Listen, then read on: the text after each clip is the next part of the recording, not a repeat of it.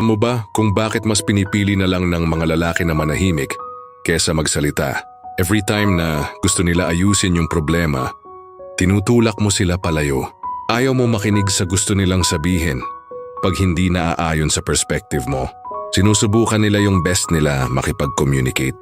Kaso ang nagiging dating sayo, nagiging toxic sila, nagiging manipulative sila. Ginagaslight ka nila kahit ang gusto lang naman nila is maintindihan mo yung bagay na pinapaliwanag nila.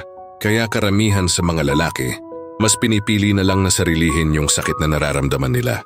Dahil yung mismong tao na gusto nilang pagsabihan is hindi rin open makinig sa sasabihin nila.